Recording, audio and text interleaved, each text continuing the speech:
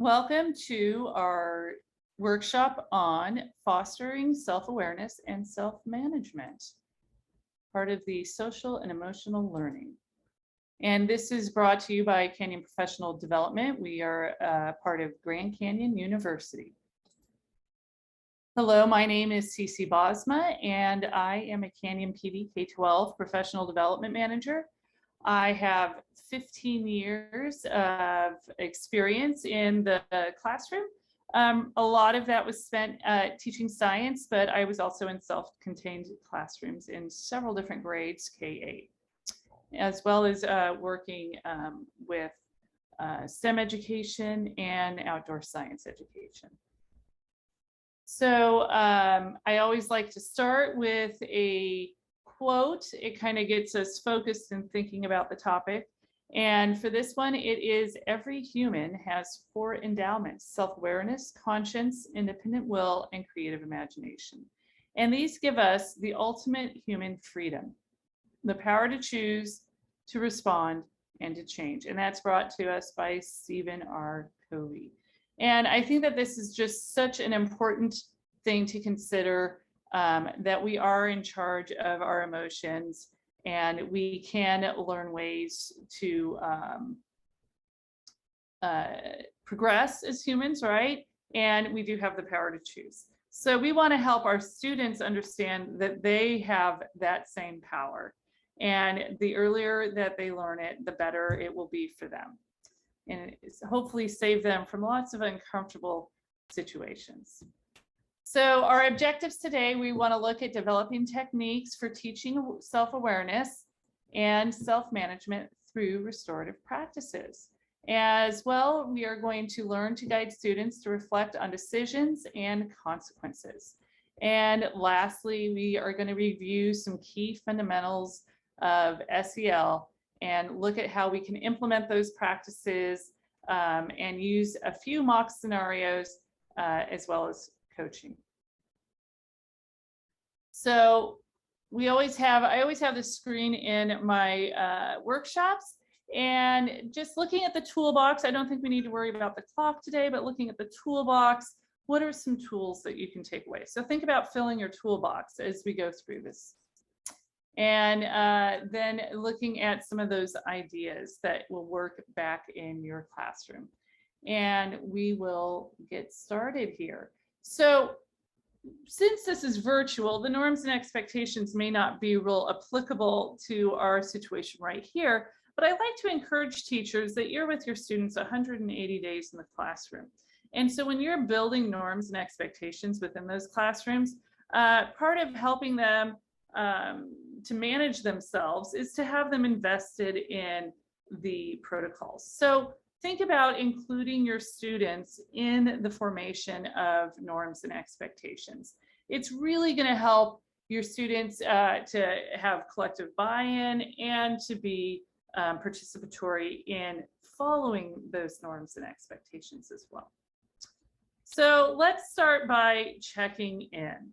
And the first step is self-aware, that we're going to look at is self-awareness. And we want to be able to take stock of ourselves.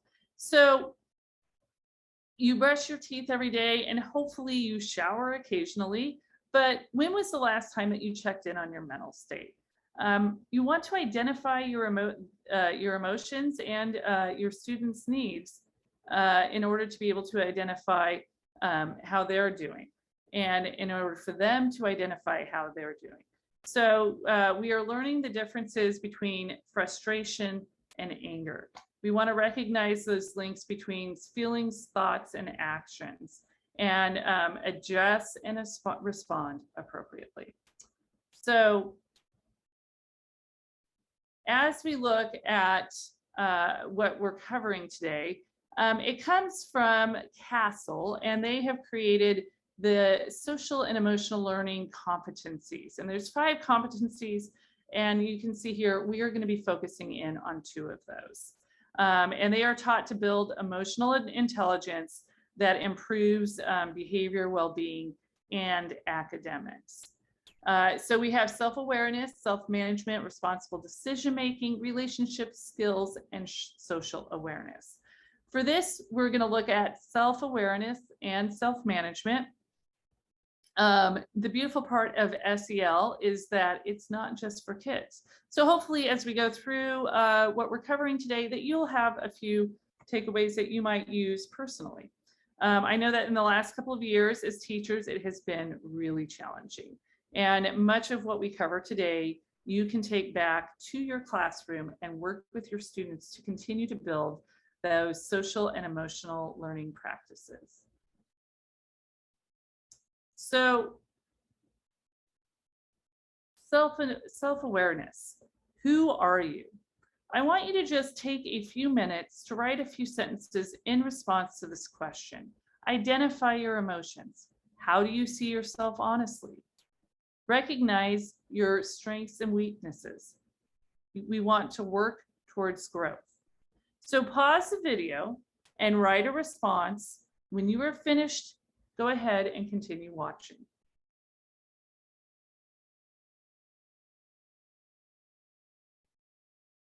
Did your answer contain what you want, what motivates you, what you love, what you're afraid of? In order to navigate emotions, they must be identified. Understand connections between thoughts, feelings, and actions is necessary for building the appropriate reactions. We want to learn to respond openly and honestly to positive and negative emotions. We all have shortcomings that we need to recognize, as well as being able to embrace our strengths. All of these skills lead students to self-efficacy to drive achievement. So here's a graphic that helps us to kind of think about all the components of self-awareness. Self-awareness is the ability to understand one's emotions, thoughts, and values, and how they influence behavior across contexts in different situations. And this includes capacities to recognize one's strengths and limitations with a well-grounded sense of confidence and purpose. Students with strong self-awareness perform better in school and achieve greater academic outcomes. And they have positive peer interactions. They are able to engage in productive and less risky behavior. So all of that sounds really good. And these techniques and competencies will help students. These skills are building blocks to future success as adults, and self-awareness is necessary for the next step, which is self-management. So students can manage what they can't manage what they are not aware of. And low self-awareness leads to a lack of empathy. And if they're unable to recognize others' emotions and unable to express their own emotions, then that can lead to issues. And we want to help our students navigate away from not being in touch with how they are feeling. We want them to gain a better self-awareness. How can we do this? We need to teach our students to recognize their emotions. We can use emojis as one way of doing this. And this is sort of this modern concept that works really well when we talk about self-awareness. Discussing characters and their emotions and stories is also a helpful way to build students' emotional understanding. But first, we must be in touch with our own emotions. Are we ready to work with our students? When you are aware of your students' emotions, it will help you to keep the class on the right track. For instance, if you notice that many of the students are not in their best emotional state, it may not be the day to introduce a complicated new math concept. Use that time instead to review. Change the assignment from individual to small group. Think about ways where you can work with your students' emotions and optimize the class time. What are your triggers?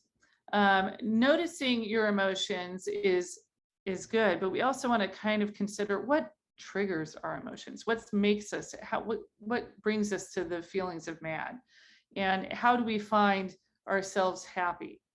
What creates sadness for us? And we all have triggers. What is yours? Is it when your student has turned in the paper with the fray because it was pulled from a notebook? Maybe it's those oversharers at the staff meeting on Friday at 4:30. I love working on PBL. Or maybe you dread working on PBL. You don't have much control over it. You feel like you've lost control over the class. When we recognize our triggers, we can find ways to control our emotions. We don't need to avoid those things that trigger us, but instead we can learn how to control those emotions. So mindfulness and mindful techniques are ways for us to not only check in and discover our and be self-aware, but also learning how to manage our emotions. And on the resource sheet, there is a link there. I believe it's item number 5.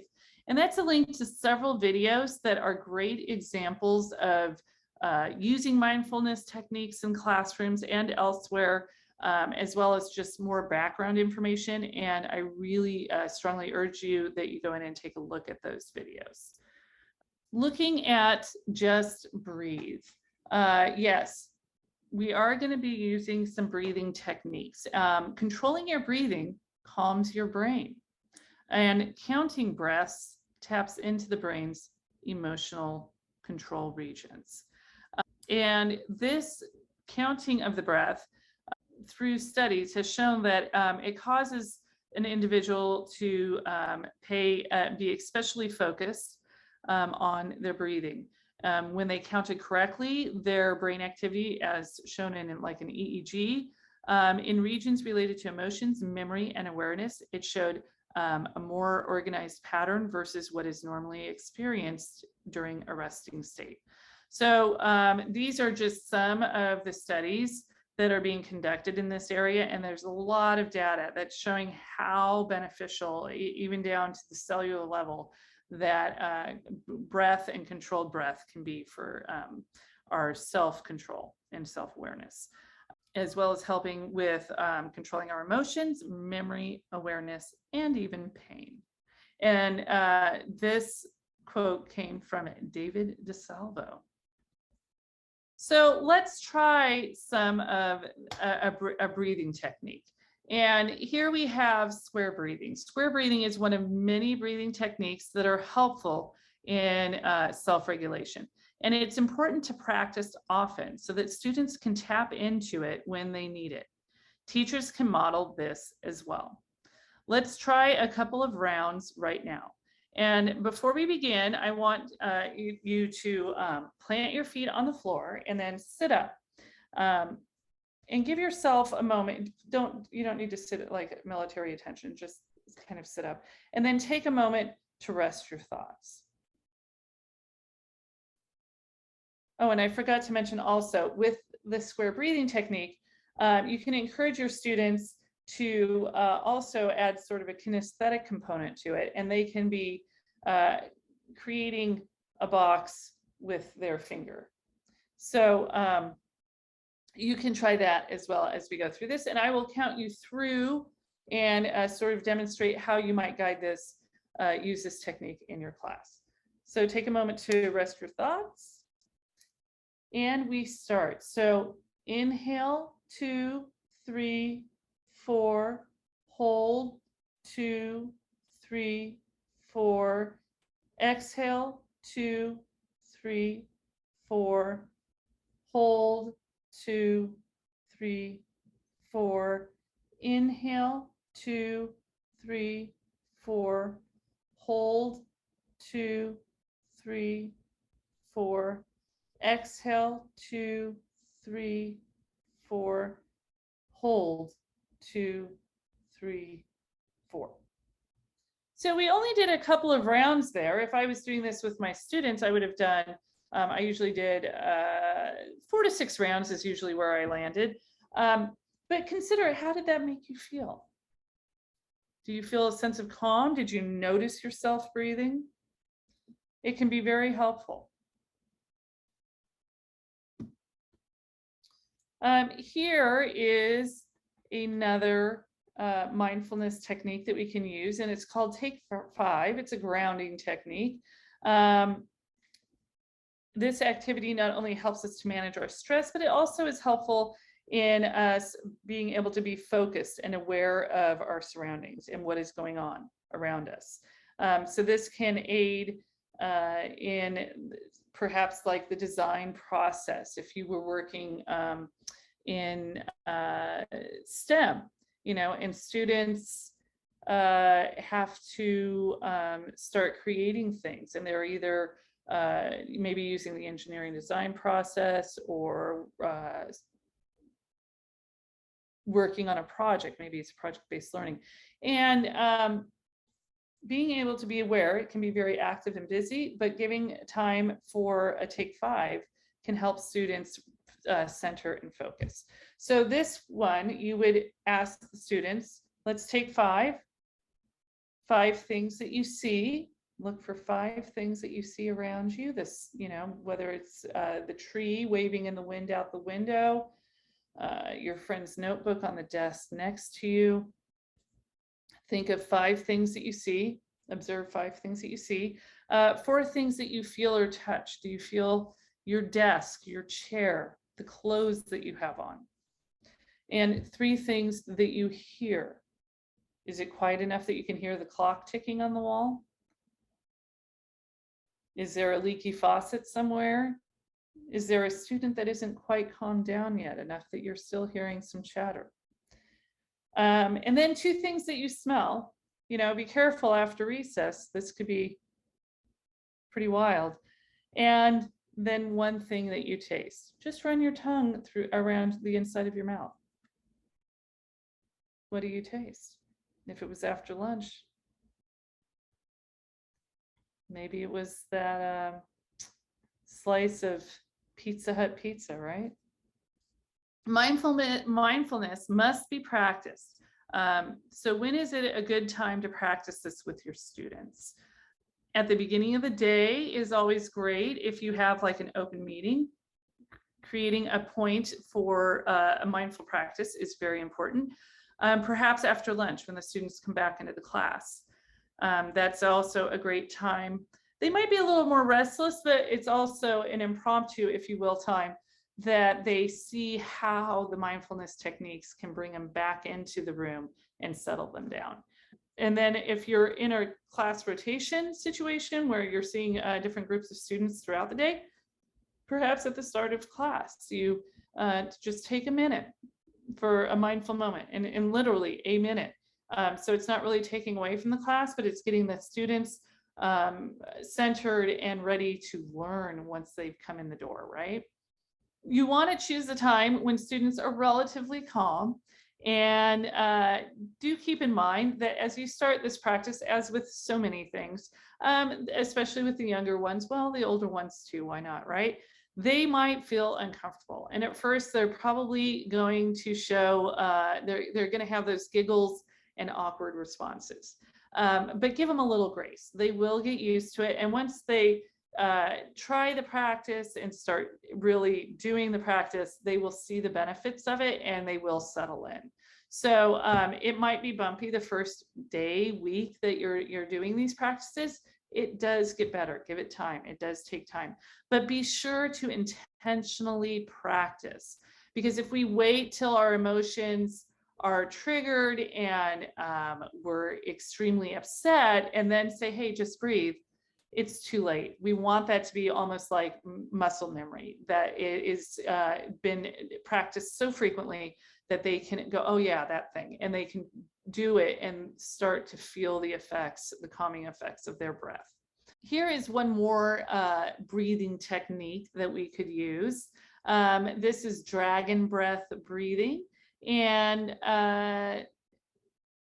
with this one, it's a little silly. You will, what we want to do is just take a deep breath in and then sort of do like a crazy dragon face and stick our tongue out and do a loud, noisy breath release, slow breath release. So it looks something like this.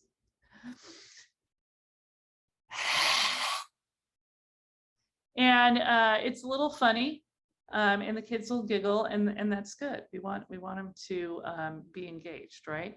So, and have them do a couple of breaths, but definitely count them through it. We don't want them to hyperventilate. So that is dragon breathing. Now, if you Google mindful breathing, you are going to see dozens upon dozens of possible ways to go about dragon breath. So definitely dig into the possibilities and pick several that you can rotate through on a regular basis with your students. Taking a look at mindful listening. While breath is a common theme, there are several different styles that we want to practice. And then we also want to think about listening. And this might be, this ties in well with the breathing. Mindful listening is, and we've got this acronym here, HEART. We want to halt whatever we are doing or thinking about and focus our full attention on whoever is speaking. And in that time, enjoy a deep breath as you begin to listen to the person who is speaking. Just get into the routine of taking that deep breath, getting yourself focused. And then ask yourself if you understand what the person is saying. Oftentimes, we like to think to respond instead of thinking to understand. And we want to understand what the person is talking to us about. And then lastly, that reflection on what you heard. Can you remember what the person shared? Or are you saying, oh, wait, what was that you just said? That's when we know we need to stop multitasking. We can't multitask and really hear. We want to stop, breathe, really focus, and listen to understand. We don't want our mind wandering, because I know that our minds wander an awful lot these days.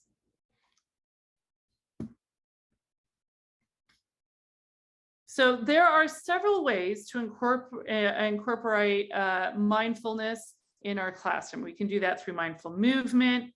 We can add actions with action breathing. We sort of did that a little bit with the square breathing, and there's lots of other techniques, balloon breathing, and other things. But consider involving those actions. We can walk outside. Being out in nature has so many positive effects on our mental state. So taking kids for a quick walk outside, where it might be a quiet walk, we're just going to quietly walk for a few minutes, maybe around the building. Maybe there's an open area close by that you can just walk around. I'm not suggesting you take them outside the school fence. That would be dangerous. But just finding a quiet area outside where the students can walk around. And obviously for us here in, depending on where you live, you'll have to take that into consideration when you think about being outside.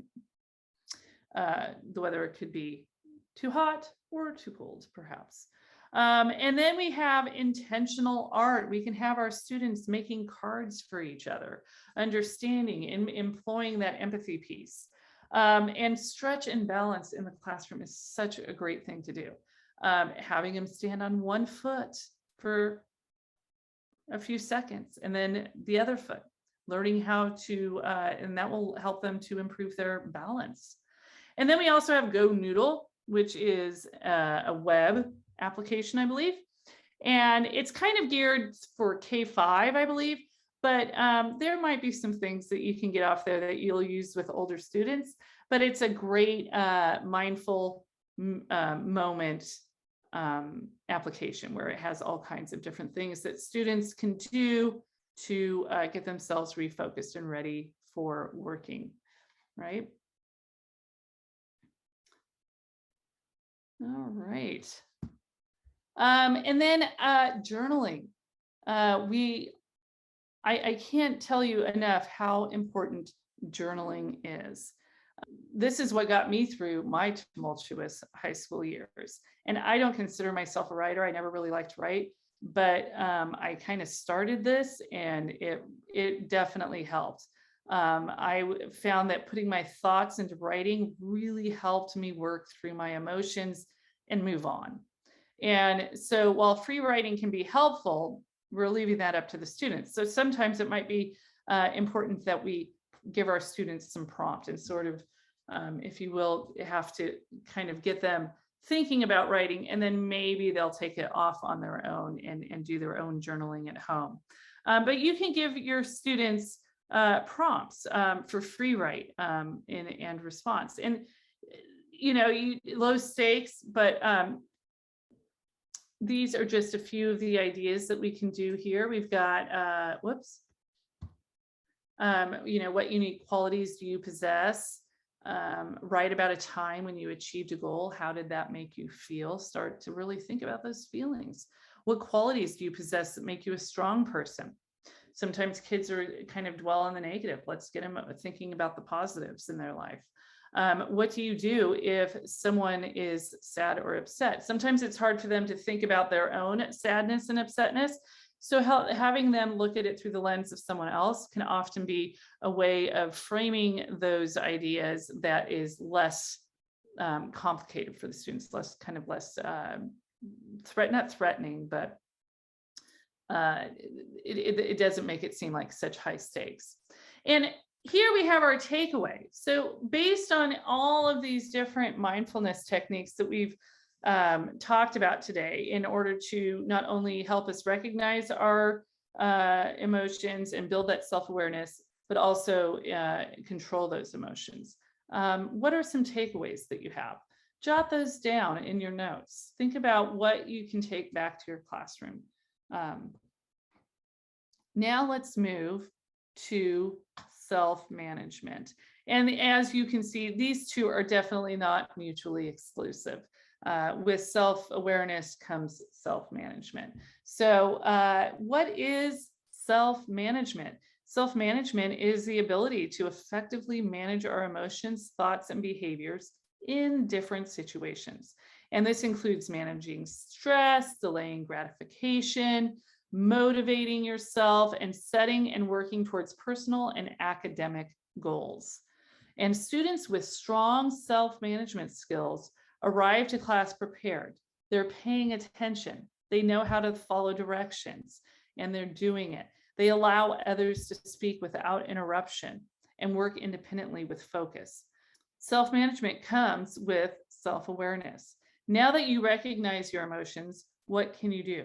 We need to employ a growth mindset to successfully manage our emotions. Here are just a few factors to look at. Control impulses, manages stress, and we want to stay focused on tasks and get organized. So we're going to see, how can we do that? And of course, to get us started, here is a quote. Life is a reflection of what you think. If your thoughts are negative, the world you see will be the same. And this is brought to us by Leon Brown. So reflecting on this quote, how do you handle negative thoughts? How do your students handle their negative thoughts? How have you helped students turn their negative thoughts around? We are going to experience some ways to do this today. So I want you to just take a minute and consider, how is the tree the mother of the forest?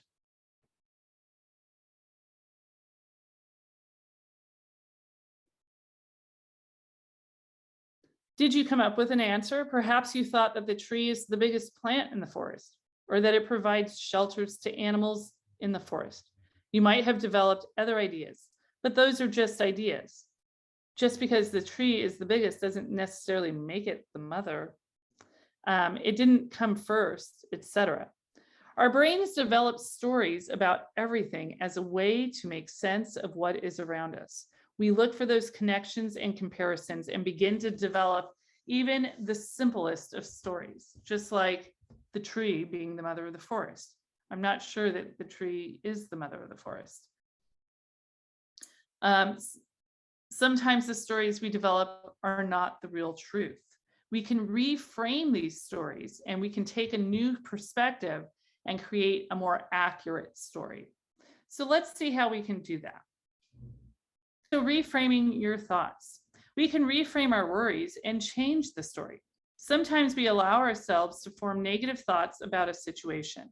These are very opinionated thoughts that generally just come from conjecture that we make up in our own heads.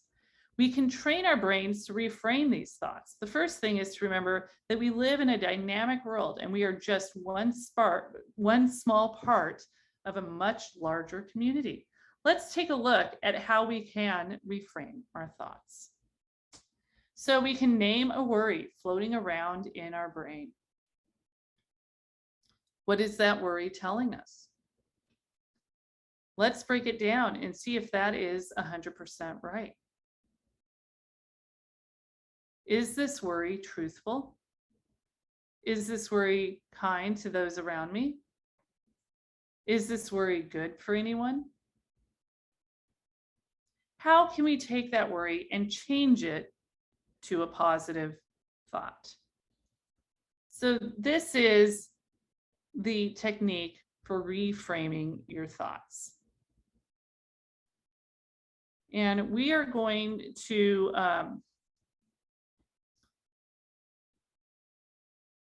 work on using this with our students. So here is a reframing example. And students often talk in all or nothings. Nobody likes me. Maybe some student laughed when the students made a silly mistake or did something clumsy. So here is, we want to encourage the students to take a step back and take another look. So let's take a look at an example of how we can guide our students to reframe those negative thoughts. And in the attached resources, there are the reframing prompts. So I'm going to go through an example here, and then and then we'll have you do one as well. So let's take a look here. So here's one negative thought a student might have. A student voices a fear that the kids in their class don't like them. Nobody likes me, right? You've heard that one. So why do they think this? So we got to find out, where is this coming from? What are you telling us? So because a kid in the class laughed when they didn't know the answer, and now they are scared that their classmates think they are dumb. So you can see how dramatic these things can get. We went from, I answered a question wrong, now they think I'm dumb, all the way over to none of the kids like me. So we really want to work through these steps very pragmatically to try to shift this line of thinking back to something that's more realistic. And then we have, we want to help them break down the reality of that situation. So perhaps one could say, I answer questions in class, I answer questions in class every day. A friend always sits with me at lunch. I hang out with friends on the weekend. So if we know all these things, let's reframe the situation. It hurt my feelings when the kids laughed, but I have other good friends who do really care about me. And we know this because we have people that sit with us at lunch, that we play with at recess, that we hang out with on the weekends. So I want you to take a minute now and work on reframing a reframing prompt and see how you can help a student with changing a negative thought into a positive. And you'll find that there is the reframing prompts. It's in the attachments on the resource page, and give it a go of working through the process.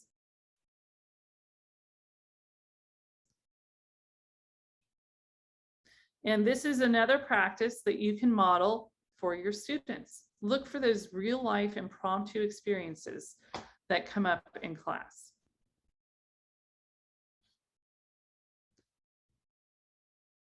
And here is another great writing prompt that can help students quickly kind of reframe thoughts and also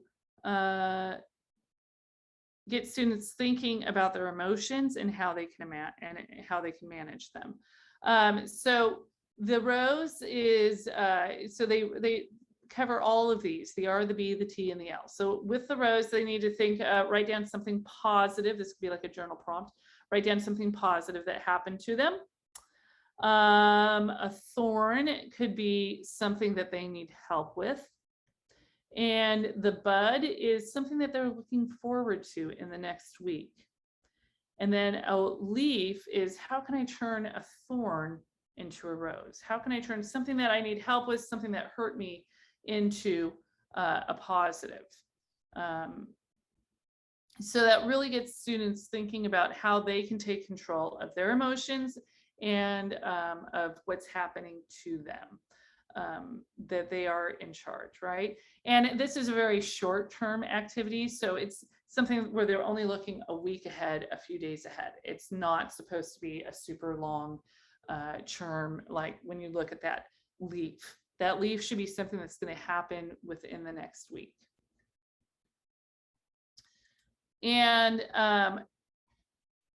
thinking about how we can help our students understand their emotions as well as manage them is using affective statements. And this is part of the restorative practices. And I could spend an entire workshop on this, but just I want us to kind of hang out over here in the affective statements and affective questions realm in order to help students to recognize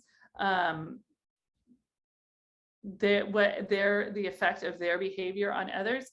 It sometimes helps to teach them effective statements and effective questions, as well as using them with the students. So an effective statement is another way of saying or expressing your feelings. And so we as teachers, we need to express both pleasant and unpleasant feelings. We want to let our students know that their behavior is causing, whether it's causing pleasant or unpleasant emotions, positive or negative emotions.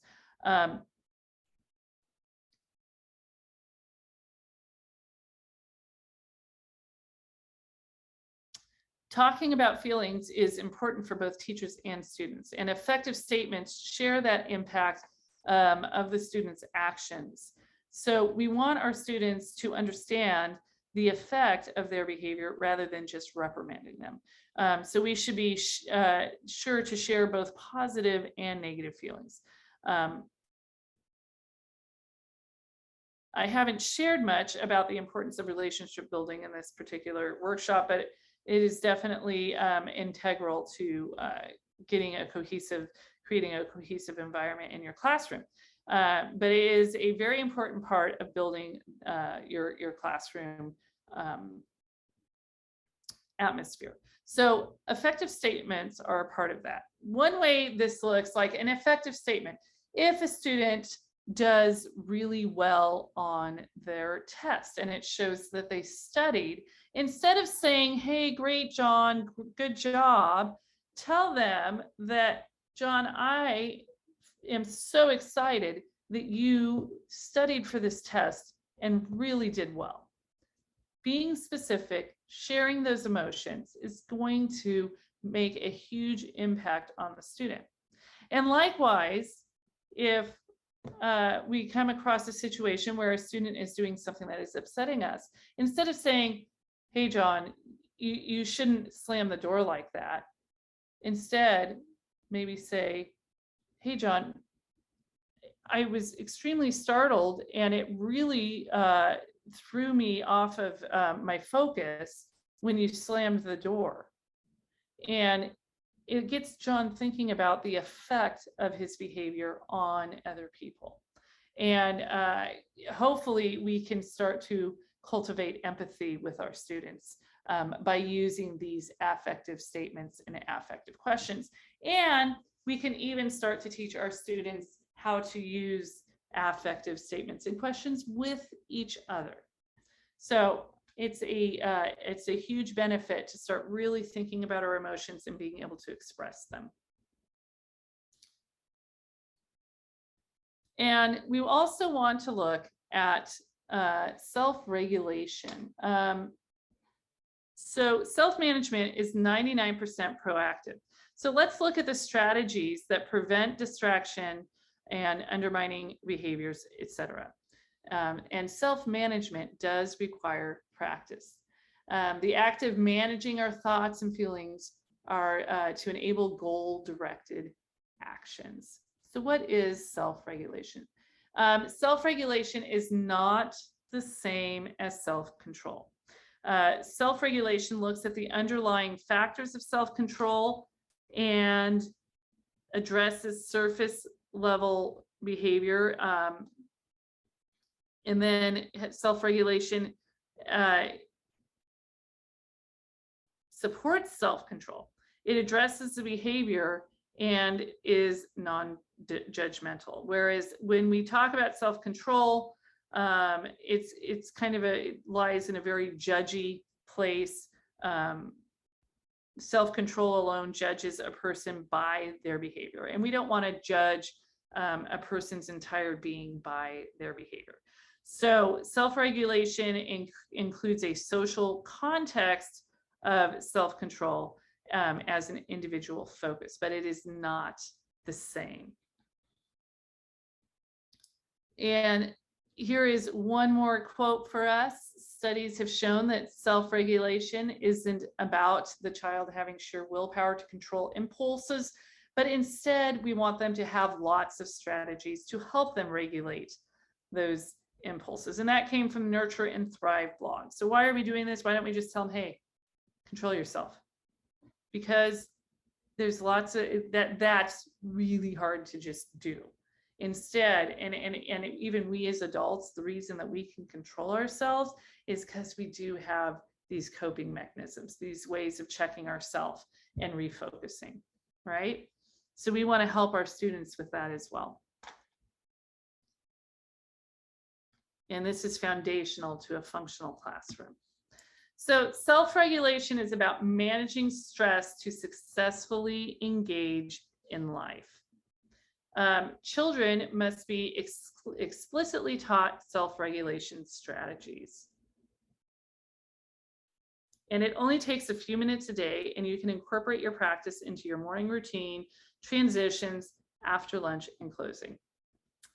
So that brings us to the end of our first section with our restorative practices. What restorative practices are you going to use? What are those mindful techniques are you going to incorporate into your classroom? Think about where you will be. Are you going to be, are your students going to be just sitting at their desks? Are you going to create a circle? Are they going to be outside? And then and so that includes students. And when? You want to come up with 3 times a day to practice these techniques. Now, certainly the reframing your thoughts, that might not be something that you practice 3 times a day, but looking at the different mindfulness techniques, I would definitely include one short 1-minute mindful technique practice at least 3 times a day. And also think about, when are you going to model? You want those impromptu models of using mindful practices to help regulate your own self. So consider that. Where are those coming into play? All right. Create yourself a plan, something that you will be able to take back to your classroom and incorporate. So what is your takeaway from today's workshop? Hopefully you found some ways to tap into your students' self-awareness and self-management using those mindfulness techniques, journaling, the rosebud. I love the rose journaling activity. And then, thinking about how can we shift our students' thinking into something more realistic through those transforming their thoughts and creating a more realistic picture of what they're feeling, so that we're not dealing with the alls and the nothings, right? And hopefully you put some tools in your toolbox as well. And this is our why. We want to empower, educate, and inspire our community, and you are our community. All of the brave teachers out there that are building community in their classroom, we want to help you do that. And using these practices is going to enhance the learning environment in your classroom. So to empower, educate, and inspire our community so that you can take action to fulfill your purpose and serve others. And I know that you're serving your students and your students' families every day, and I commend you for that. And please do check out our free PD. We have a YouTube channel that has short teacher tips that are just a few minute video. The videos are just a few minutes long, as well as webinars that are longer in length, 30, 40 minutes. And they're full of great information, techniques, ideas that you can use in your classroom straight away. So I really encourage you to look at that as a great free resource. We all love free, right? And canyonpd.com. This is where you'll find our one-stop shop, where you're going to find everything you need to know about Canyon PD and how we can help you.